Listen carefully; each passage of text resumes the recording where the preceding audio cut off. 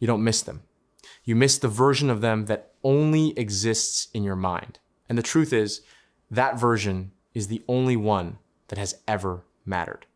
So if you can bring that version back to life inside you, if you can feel them thinking about you, choosing you, coming back to you, then you're not waiting anymore. You're creating. And once you understand this, the whole game changes, because they are not separate from you in the way you think they are. They are responding to the story you are constantly telling about them, even when you think you're just thinking. Right now, without even realizing it, you are in a relationship with them in your imagination. You are talking to them, reacting to them, arguing with them, missing them, replaying moments, creating new ones, and that inner relationship is not harmless. It is not just in your head. It is the blueprint. It is the script. It is the only place where the connection actually forms before it shows up in your physical reality.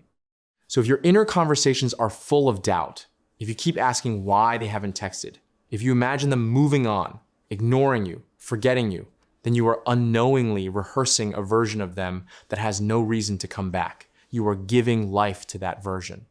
And then you look at your reality and say, see, it's not working. But what you're seeing is simply the echo of what you've been entertaining within. Neville explained this in the simplest way possible. When you imagine someone and hear them say what you want them to say, when you feel them showing up the way you desire, you are not forcing them. You are selecting a version of them. Because people are not fixed. They are fluid. They reflect assumptions. They mirror expectations. They play the role you have already accepted as true. Think about how different people see the same person in completely different ways. One person says, he's so cold. Another says, he's the sweetest person ever. One says, she's distant. Another says, she's deeply caring. Who is right? Both are. Because they are not describing the person. They are describing their own experience of that person. And that experience is shaped internally first. So when you say, they are coming back to me, it's not about forcing an outcome in the external world. It's about aligning your inner world to a reality where that is already normal, where it feels obvious, where it doesn't feel like a miracle or a surprise, but something that just makes sense. But most people don't do this. They try to manifest from a place of lack. They affirm during the day, but at night, they replay the breakup.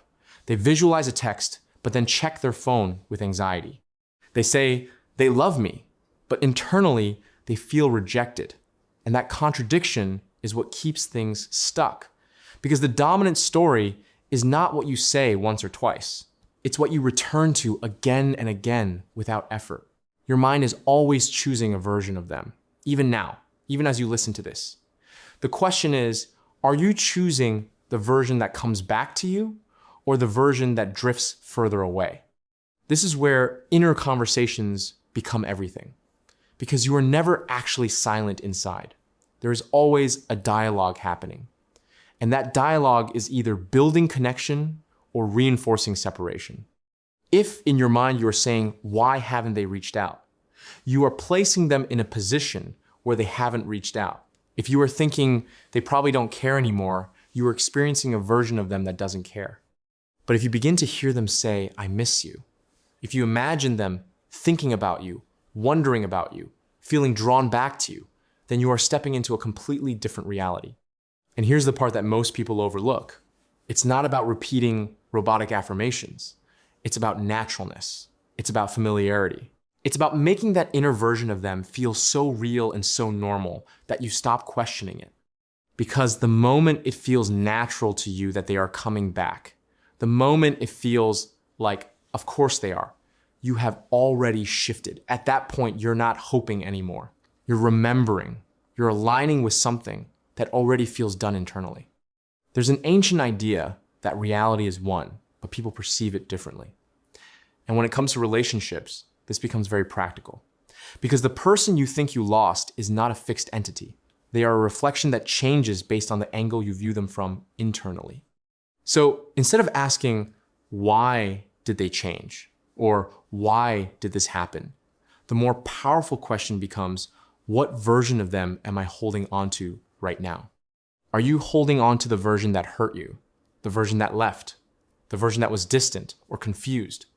Or are you willing to release that and choose a version that is aligned with what you actually want? Because you can experience a loving, committed version of them while emotionally holding on to a version that rejected you. That's like trying to watch two different movies on the same screen at the same time. One has to go.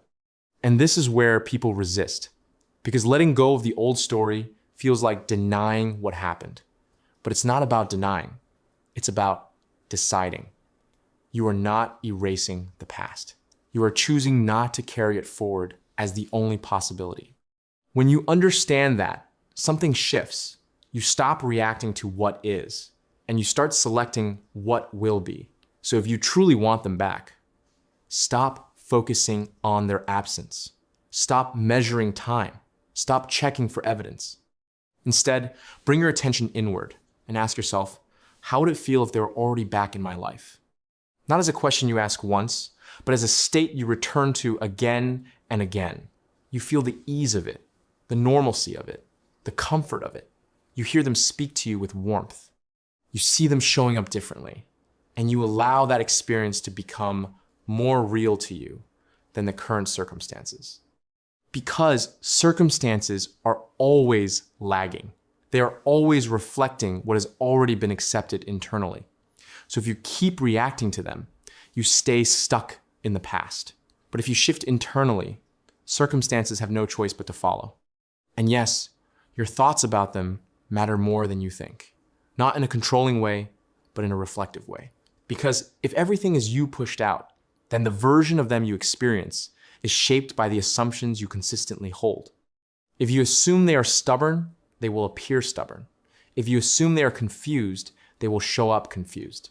But if you assume they are drawn to you, that they feel connected to you, that they can't quite move on from you, then that becomes the version you begin to experience. This doesn't happen because you're manipulating them. It happens because you are shifting your own state.